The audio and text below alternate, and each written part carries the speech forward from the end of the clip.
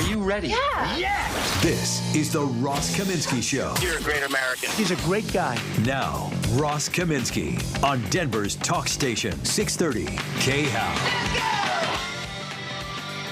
Well, good morning. It's Wednesday already. The week's already going quickly. I do believe that producer Shannon says we are live on YouTube. If you go to youtube.com and type in my name, Ross Kaminsky, you'll easily find my YouTube channel, and you can see me there this morning, and I have no idea how I look. You know what? I'm trying to get out of the house kind of quick and kind of just get out of the bedroom, not wake up the wife. I tend not to look at myself in the mirror too much, and sometimes I find out afterwards because I catch a moment on one of the YouTube or Facebook Live videos that producer Shannon posts during the show, and I see that my hair looks kind of like Doc Brown, you know, or the 1.21 gigawatts, or Albert Einstein or something. I don't have that much hair, but it's not bad, you know, for an old guy like me. Before we talk about all the stuff that there is to talk about today, I would just like to give you a really, really brief, completely random tangent after I have a sip of water because I'm very thirsty this morning. Sorry about that. In our new old house, in the master bathroom, there was one of those bathroom exhaust fans with a light in it. You know what I'm talking about. Thing up in the ceiling that sucks the humidity out of the bathroom and vents it out. And it was old and kind of rattly and loud and really big and ugly, and I just didn't dig it. And so I went online and bought a replacement. For the record, by the way, folks, if you don't know about the Amazon warehouse deals part of the Amazon website, oh my gosh, that is the best thing ever. They basically what they do is they take stuff that people have returned and they grade it based on quality and then sell it, you know, barely used. And if they've got the thing that you want, oftentimes it's much cheaper than the original. This is my little shopping tip for the morning. And I really shouldn't share this with you because I kind of want all that stuff for myself. But I am, because I'm a generous person like that. I'll give you an example. There was a rack that goes in. So the sink we bought has two sides, and they're not symmetrical, right? Because there's a hole towards the right side of the left sink and towards the left side of the right sink. So they look like mirror images of each other. And there's this metal rack that you can buy that goes in the bottom of the sink, and there's one that's made for the right side and one that's made for the left side. And they're stupidly expensive. You know, they're $175 each, and I'm not paying that. I'm Jewish. I don't pay retail. So I just checked on the Amazon warehouse deals part, and sometimes you'll see those show up if you scroll down in the Amazon stuff and you look for, it'll say new and used from, and then some lower price than the news thing. That will take you to the Amazon warehouse deals too. But I got, well, they only had the right side. They didn't have the left side. But I got it for $45 instead of $175, and it was in perfect condition. It's awesome. Anyway, why was I talking about that? Oh, yeah, the bathroom exhaust fan. So I bought a bathroom exhaust fan, exactly the one I wanted. They had it used for like half price, not even used. It was like someone had bought it, didn't want it, sent it back. So I bought that, and gosh, this is already a long story. It's only 6:11 in the morning. And so I take out the other bathroom exhaust fan, and I've never done a bathroom exhaust fan before, right? I'm pretty handy, but when I bought a house, it had a bathroom exhaust fan already, and I didn't need to do anything about it.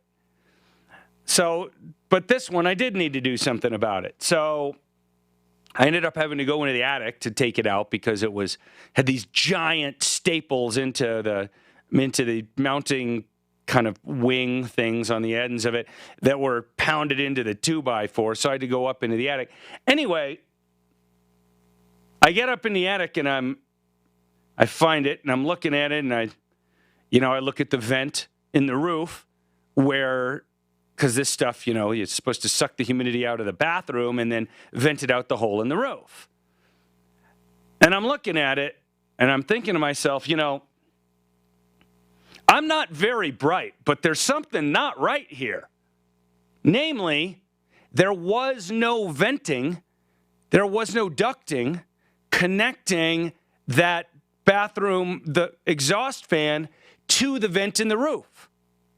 Whoever did that bathroom, I think that bathroom is an addition. It's one of the few parts of the house that seems newer than 1962. I think it's from the 80s. Whoever did that addition for whoever owned the house when they did the addition cheated the owners. And they put in the exhaust fan and they put in a roof vent, but they couldn't be bothered spending the 3 minutes and $5 to actually attach 4-inch diameter round ducting from the out, the exhaust output of the fan out through the roof. Oh my gosh. I wanted to reach out and slap someone. They're probably all dead already anyway. But I mean, are you kidding me? So I had to go up in the attic. I did the electric. So there's 2 electric circuits that go to it, one for the light, one for the fan. The light one is on a dimmer. The fan one isn't. Oh, gosh. Yeah, I know. Now producer Shannon isn't even paying attention to the show anymore because he's at Amazon Warehouse Deals. If you go to the Amazon website, usually you can click like somewhere on the top left, or maybe there's those 3 bars or something, and it'll say shop by department. And you can just go to Amazon Warehouse or Amazon Warehouse Deals. It's the best thing ever. But don't buy it all. Leave some for me. Leave some. I mean, they don't have much stuff. They'll run out if all my listeners just start buying stuff there. So I got up in the attic and I remounted the exhaust fan and I did the electric, and then I went to Home Depot and I bought the ducting. And it was a bit of a pain because, I had to get the end of the ducting up into that vent and then figure out how to attach it there. And I ended up putting a long drywall screw through part of it and then using a bunch of tape and then screwing the tape up to, but I didn't want to put a hole in the roof, so I had to be careful. Anyway, it's done. But and then I mentioned it to some people who have done a lot of this kind of work, and they said, oh yeah, that's common. It's common that the contractors who are doing your bathroom upgrade or bathroom remodel or adding a new bathroom to your house will screw you by having your bathroom exhaust fan vent right into your attic. And if you're showering a lot and, have, let's say a somewhat open shower and the humidity's going out in the room and then it's venting, then it's going to be creating mold in your attic right above your bedroom and, maybe eventually damaging the drywall right over. And they said, oh yeah, that happens all the time. We see that all the time. I mean, dude, connecting the venting from the fan to the vent in the roof, that's the easiest part of the whole freaking job. It's a lot harder to cut a hole in the roof and attach a vent and make it watertight so that rain doesn't get into the roof. And it's also a lot harder to attach the exhaust fan and mount it to the 2x4 if that's how you can do it, and then do the electric. And I did all of that myself in the freaking attic while it was getting to be 105, 110 degrees, 115 maybe up in the attic. And I'm sweating my you-know-what off, having to attach this venting that some dillweed should have done a few years ago and done it right the first time. Does it sound like I'm still mad? You just needed to vent. I just needed to vent. The thing is, there's no vent in here, so now I'm stuck with all of that. We need to turn a fan on in here, and I bet there is something right there, but I think that's air conditioning sending air into the room. Oh, gosh. Anyway, the house it's coming along. It's an immense amount of work every single day. It's almost an unimaginable amount of work. The good news is my wife is doing most of it. I'm doing a lot. She's doing more. So, anyway, all right, enough of that. We're all talking about the same stuff all day, every day. I'm going to try to mix in some different stuff that is, maybe stuff you haven't heard too much all day, every day. Do want you to know coming up, let's call it 50 minutes from now, 50, Lawrence Jones from Fox News. If you watch Fox News, you will have seen Lawrence. I want to say he's 27 or 28, African-American dude, libertarian who often uses the word libertarian on TV. I am a libertarian. I believe in freedom, stuff like that. Gosh, it's great to hear from a young person. It's great to hear from an African-American. It's great to hear from a young African-American. And frankly, it's great to hear anywhere because, I like Fox News a lot, but most of those folks are more on the conservative side than on the libertarian side. And even though most of those conservatives do actually believe in freedom, at least in most areas of life, maybe not so much in the social issues, but in the economic issues and Constitution issues and all and that, they don't talk about it in those terms. And it does my heart good to hear people talk overtly about, I care about freedom. And so Lawrence Jones is going to join us at about 7:05. And then 8:05, we're actually going to have a local author named Tom Gormley, Gormley, from Lafayette, Colorado, who's got a new book called A Korean War Odyssey, which chronicles his journey around the world with his wife to uncover what happened to her uncle who disappeared during the Korean War at the age of 18. So we're going to do all of that. Let me tell you about an interesting story that I actually hadn't heard about until this morning, and I imagine most folks listening to the show haven't heard about it at all. And I suppose there is not a major reason that you would hear about it, but I wanted to mention this to you. There is a small city or large town, depending on how you want to define it, in the Burgundy region of France, and it is called Dijon, famous, as you undoubtedly know, for mustard. Oh, a listener says we had a range hood that just vented into the wall between the studs. Yeah, but the thing, okay, so that's bad. That's definitely bad. But at least the range hood isn't venting endless humidity that's going to cause mold. But yeah, and it could send a lot of grease up there. Unbelievable what people will do. Anyway, there's a town in France called Dijon. And I've been there. It's a beautiful town. They've got a really nice museum with some fantastic Renaissance art. There's an amazing church there. I think it's called Hôtel Invalides or something like that, where it was turned into a hospital for a while, and they've got this beautiful, 17th century Roger van der Weyden triptych up there on the wall. It's one of the most incredible things. Anyway, the town's about 150,000 people, town of Dijon. And it's a nice place. It would be like going to any other kind of nice town I'm trying to think what you would compare it to. You would compare it to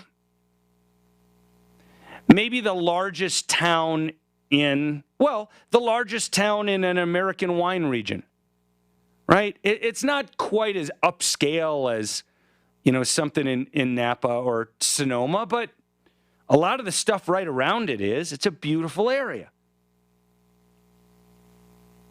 So check this out. This is from the British news site, dailymail.co.uk. France sends the army into Dijon as city is turned into a war zone by assault rifle-toting Chechen gangs mounting revenge attacks on Arab gangsters for the beating of a 16-year-old. What? I mean, I shouldn't laugh. I'm trying to think of a town that would be kind of similar to this. I'm trying to think if there's one in Colorado. Well, maybe something like Grand Junction. Right, there's some wine country around Grand Junction. Palisades a lot smaller than Grand Junction. Dijon is about twice the size of Grand Junction, okay? So imagine something like that. Something twice the size of Grand Junction with vineyards in the areas all around it. And but a lot more history and culture than Grand Junction has. And I don't mean to I'm not putting down Grand Junction. I like Grand Junction a lot. I just mean it's a town that's hundreds and hundreds of years old. And so, the Romans were there. And so there's history that Colorado just doesn't have. But that's the scale of it, kind of like Grand Junction. Imagine if Grand Junction were turned into a war zone, or Boulder. It's about the size of Boulder, I think. Imagine if it were turned into a war zone because you had North African Muslim drug gangs, people who immigrated to France but never integrated into society, just like in Paris, all the stuff you hear about in Paris with these no-go zones in the areas where they want Sharia law instead of actual law. And then imagine you get another group of immigrants, these from Chechnya, also Muslim. They came over the years of the Soviet invasion of Chechnya. So they also come in. They also don't integrate into French society. Both of these groups stay living off in their ghettoized communities, speaking Arabic or speaking Russian or something like that, not learning French, dealing drugs. And then I guess some of the North African, this article calls them Arab, but I think they're more like North Africans from the Maghreb, I think. I think they're Algerian mostly. I guess the story is the Arab gangsters beat a 16-year-old Chechen kid. So these Chechens apparently came in from all across France and maybe from Belgium and some other countries nearby, came in just to stomp some of the other gangs. And now you've got these people roaming the streets of Dijon with AK-47s and large axes, and stuff is on fire, and people are wearing masks. And my gosh, it looks like downtown Denver. Scary. Real scary. All right, when we come back, if you're into the freedom movement at all, you know her name, Jenny Beth Martin from Tea Party Patriots, joins me to talk about conservative and libertarians pushing back on any move by the federal government to spend more money on coronavirus. This is Denver's Talk Station with Ross Kaminsky now. Tom Martino at 10, 630 KHOW, Denver. Now, Impact Traffic. This report is sponsored